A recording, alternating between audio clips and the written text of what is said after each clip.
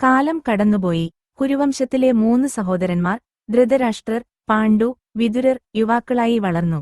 രാജ്യം ആരാണ് ഭരിക്കേണ്ടത് എന്ന വലിയ ചോദ്യം ഹസ്തിനാപുരത്തെ കാത്തുനിന്നു.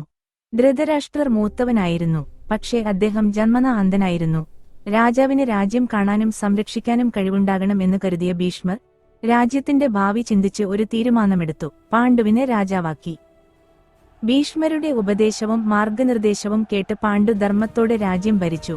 ഉടൻ തന്നെ അദ്ദേഹത്തിന്റെ വീരവും നീതിയും ദേശമെങ്ങും പ്രശസ്തമായി.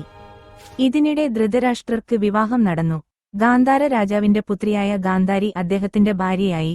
വിവാഹത്തിന് ശേഷം ഗാന്ധാരി ഒരു അത്ഭുതകരമായ തീരുമാനമെടുത്തു: എന്റെ ഭർത്താവ് കാണാത്ത ലോകം ഞാൻ കാണേണ്ടതില്ല. അവൾ സ്വന്തം കണ്ണുകൾ ഒരു തുണിയാൽ മൂടിക്കെട്ടി.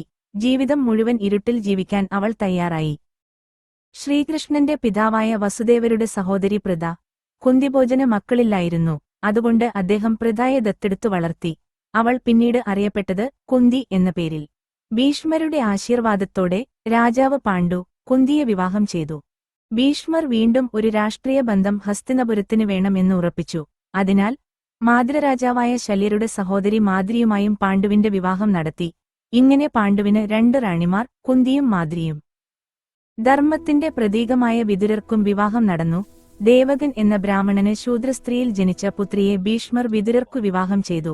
വിതുരർ ജനനം കൊണ്ട് രാജകുമാരനല്ലായിരുന്നുവെങ്കിലും ജ്ഞാനത്തിൽ രാജാക്കളെക്കാൾ ഉന്നതനായിരുന്നു.